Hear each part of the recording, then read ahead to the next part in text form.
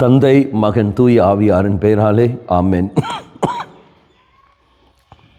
இயேசு கிறிஸ்துவின் அன்புமிக்க சகோதர சகோதரிகளே, உங்கள் அனைவருக்கும் கிறிஸ்து இயேசுவின் அன்பு கலந்த வணக்கத்தை தெரிவித்துக் கொள்கின்றேன். இன்று நற்செய்தி பாகமானது யோவான் நற்செய்தி 13ஆம் அதிகாரம் 31 முதல் 35 வரையுள்ள திருவாக்கியங்கள். குறிப்பாக 35வது வாக்கியம், நீங்கள் ஒருவர் மற்றவருக்கு செலுத்தும் அன்பிலிருந்து நீங்கள் என் சீடர்கள் என்பதை எல்லோரும் அறிந்து கொள்வர் என்றார். நாம் மற்றவர்கள் அன்பு செய்வதன் வழியாக நீ நானும் கடவுளுடைய பிள்ளைகள் என்பதை, சீடர்கள் என்பதை தெய்வம் அறிந்து கொள்வார். எவ்வாறு? யார் என்மேல் கோபம் கொள்கிறார்களோ, என்மேல் வெறுப்பு வைத்திருக்கிறார்களோ அவர்களை நான் அன்பு செய்ய வேண்டும். அதுக்கு ஏமாந்த தன்மை என்ற அர்த்தம் அல்ல. மாறாக அன்பு செய்வது அது தைரியத்தினுடைய தன்மை, தெய்வத்துடைய குணம்தான் ஒழிய ஏமாந்து போ என்று தெய்வம் சொல்லவில்லை.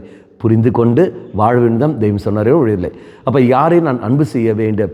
இதோ என் குடும்ப அங்கத்தினர்கள், முதலில் என் கண்முன்னே இருக்கின்ற இவர்கள், எனக்கு எதிராக போகிறவர்கள், என் கூட வேலை செய்கிறவர்கள், என் கூட பணி செய்கிறவர்கள், என் கூட பழகிறவர்கள், இவர்களை நான் மன்னித்து அவர்கள் அன்பு செய்ய வேண்டும். அவருடைய குறைகளை புரிந்து கொண்டு அவர்களை ஏற்றுக்கொண்டு அங்கீகரித்து நான் வாழ வேண்டும். அப்படி என் அருகில் இருக்கிறவருடைய குறைகளை புரிந்து கொண்டு அன்பு செய்து மன்னித்து நான் வாழ்கிற சமயத்தில் சமுதாயத்தில் இருக்கிற குறைகளை என்னால் காண முடியும். சமுதாயத்தில் குறைகளை மிகவும் என்னால் மன்னித்து என்னால் வாழ முடியும், என்னால் புரிந்தும் செயல்பட முடியும்.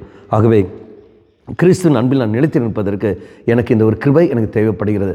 இறை சன்னதியில் மன்றாட அன்பரே, எல்லோரும் புரிந்து கொண்டு அன்பு செய்ய ஒரு வரத்தை எனக்கு தாரும் என்று மன்றாடுவோம். கண்களை மூடிக்கொள்ளுங்கள். நாங்கள் என்றும் உம்முடைய சிடராய் இருக்க, என்றும் உம்முடைய மக்களாகி நாங்கள் வாழ ஆண்டவரே, மற்றவர்களை அன்பு செய்து வாழக்கூடிய வரத்தை எங்களுக்கு தந்திரலும். நீரெவ்வாறு எங்களுடைய குறைகளை நோக்காமல் எங்களை அன்பு செய்தீரோ, அதேபோல் நாங்களும் மற்றவருடைய குறைகளை நோக்காமல் அன்பு செய்ய சக்தி தந்திரலும். அம்மா மாதாவே, தெய்வ மாதாவே, எங்கள் மாதாவே, என் அன்னையே, விசேஷமாக எங்களுக்காக பரிந்து பேசும். ஆமேன். தந்தை, மகன், தூய ஆவியாரின் பெயராலே ஆமேன்.